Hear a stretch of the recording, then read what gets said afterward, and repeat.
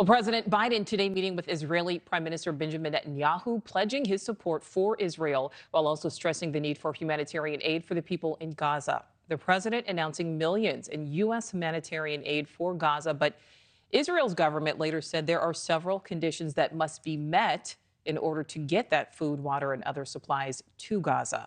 Correspondent Kelly Meyer is live in Washington with more on the president's trip. And Kelly, this is truly a delicate balancing act for President Biden.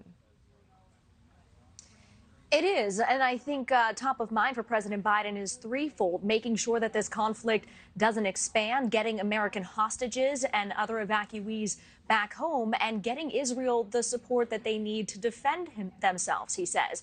That includes asking for what he calls an unprecedented package from Congress to support Israel in the coming days or weeks. He also is asking for, says there will be $100 million in humanitarian assistance for Palestinians, both in the West Bank and in Gaza, to help those over 1 million displaced in the conflict. There's been some debate over getting this humanitarian support in. This is something that President Biden and especially Secretary of State Antony Blinken has been working for over the last several days to make sure that they could get Americans and evacuees out and get that aid in. Israel saying they won't be allowing any humanitarian assistance in from its territory until their hostages are returned, but they won't prevent aid from Egypt as long as it's only food, water, and medicine, because of concern Hamas could get their hands on the supplies. Now, President Biden also rushing support to Israel, making sure they have replenishment for Israel's Iron Dome, and pledging to stand by Israel. Here's the president earlier today.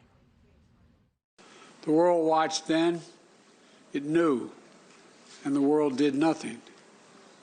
We will not stand by and do nothing again. Not today, not tomorrow, not ever. And President Biden adding that he's saddened and outraged by the explosion at the Gaza hospital, as my colleague Robert Sherman was mentioning, that he had data from his Defense Department that led him to say that Israel isn't responsible. Now Biden is on his way back to Washington after his trip was cut short with that Jordan summit with Arab leaders. The White House saying he's going to make phone calls to the Palestinian Authority president as well as Egypt's president on the way home. They say they would have loved to do that in person, but they are now going to do that over the phone on the way back to Washington to continue those conversations and make sure they can prevent this conflict, as we said, from spreading further. And Kelly, to kind of expand upon that, we know that he'll be, on these phone calls, and he's taking further action today against Hamas and Iran.